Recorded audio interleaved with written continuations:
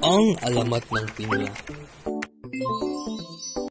May mag-inang Rosa at Pinyang na nakatira sa liblib na lugar.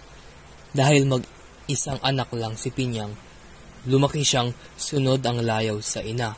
Ang katwiran ni Aling Rosa ay maliit pa naman si Pinyang. At matututo rin ang kanyang anak ng mga gawaing bahay kapag nagdadalaga na, subalit hindi natuto ang kanyang anak, pagkus naging tamad ang dalagita. Ang alam lamang gawin ni Pinyang ay kumain, mamintana, maglaro, maligo, at matulog. Lagi pang nakakatwiran na pagod sa paglalaro kapag inuutusan ng ina, o kaya hindi maghanap ang dapat hanapin. Mahal ni Aling Rosa ang kanyang anak, kaya naman siya na lamang ang gumagawa sa mga gawa. Isang araw, nagkasakit si Aling Rosa at inutusan niya ang kaniyang anak na ipagluto siya ng lugaw. Sumunod naman si Pinya, ngunit nakalimutan niyang may niluluto siya, kaya naman nasunog ang lugaw. Gayunpaman, ihinain pa rin ito. Gusto mang magreklamo ni Aling Rosa ay hindi na niya ginawa dahil kahit paano pinagsisilbihan siya ng anak. Minsang nagluto si Pinyang ay umiral ang kanyang katamaran. Bawat bagay na hanapin ay itinatanong niya sa kanyang ina. Nanay, nasaan ang palayok? Nasaan ang kutsara? Nanay, nasaan ang sandok? Ay magkaroon ka ng maraming mata para makita mo ang hinahanap mo. Halos tinig ng mga kapitbahay ang mga malakas na sigaw niya. Tumahimik si Pinyang at padabog na bumaba ng bahay upang hanapin ang sandok. Mipas ang mga oras hanggang sinalipasan si Aling Rosa ng gutom. Nakatulugan niya ang paghihintay. Nagising siya ng dapit hapon na. Malapit nang gumabi, ngunit hindi na naririnig ni Aling Rosa ang kaluskos sa kusina. Wala rin siyang narinig na bubulong-bulong o pagdadabog.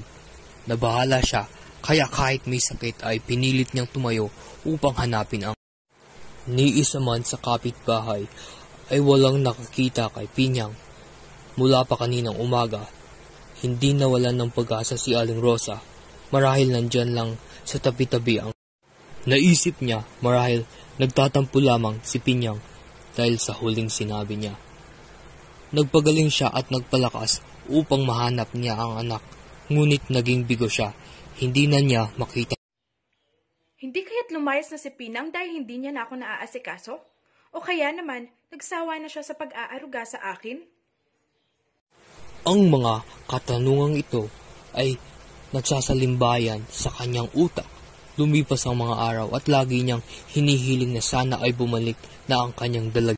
Hanggang isang araw, napansin ni Aling Rosa ang tumutubong halaman sa bakuran ng bahay. Dahil likas siyang maaruga, araw-araw ay dinidilgan niya ito hanggang sa mamunga ang halaman. Laking gulat niya nang makita ang bunga. Hugis ulo ng tao, maraming mga mata. Bigla siyang nalungkot nang maalala ang sinabi niya sa anak. Nagkatotoo ang mga sinabi. Napansin ng mga kapitbahay ang espesyal na pag-aaruga ni Aling Rosa sa halaman. Ang mga kapitbahay na nakakarinig ng sagutan nilang mag-ina ng araw na mawala si Pinyang ay madalas sabihin, Pinyang niya.